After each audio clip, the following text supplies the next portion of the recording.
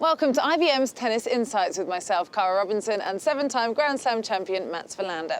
Today, ahead of the women's quarterfinals, we're going to use IBM statistics from back in 2002 to compare them to those of today to see what changes we can notice in the ladies' game. And when we look at them, Mats, there are a few differences that we can pick up on. Yeah, well, the athlete is stronger and quicker, and the technology is better, so they can hit harder shots, they can hit with more spin, and they also serve better. So serve and volley percentages are what we're going to pick up on first. And when we look at those statistics, we can see that this year, only 1% of points played were with a serve and volley from the ladies, compared to 5% back in 2002. Now, 71% of those serve and volley points played this year were won, compared to 63% in 2002. So there seems to be a general trend towards less serve and volleying. Yes, definitely less. I think that maybe the volleys are not maybe as good in relation to their ground strokes today.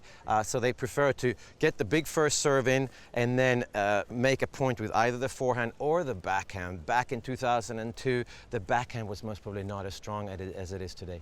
So let's take a look at the first serve in a bit more detail, and let's look at the percentage of first serves that go in and the number of points that are being won in the women's game. The IBM statistics show us that back in 2002, it was 60% of first serves that would go in, compared to 62% this year.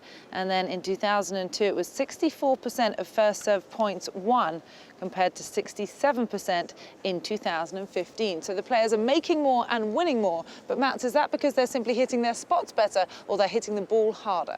I think they're hitting their spots in certain matches, but I think they're hitting it harder and they're hitting with more spin. And the serve, it just statistically shows that the serve is a bigger weapon, and the men's side has been a big weapon for a long time, and the women's side, there are less and less service breaks. Okay, so when we look at the level of aces versus double faults, this is quite interesting to see. The level of aces have gone up and the double faults have gone down. Again, when we take a look at the IBM statistics, you can see a trend. Back in 2002, the ladies were hitting an average of 4.67 aces per match, compared to 6.82 this year. And with the double faults, back in 2002, they were hitting an average of 7.8 double faults per match, compared to 7.42 in 2015. So are the players getting stronger, Mats, or is their service action simply getting better?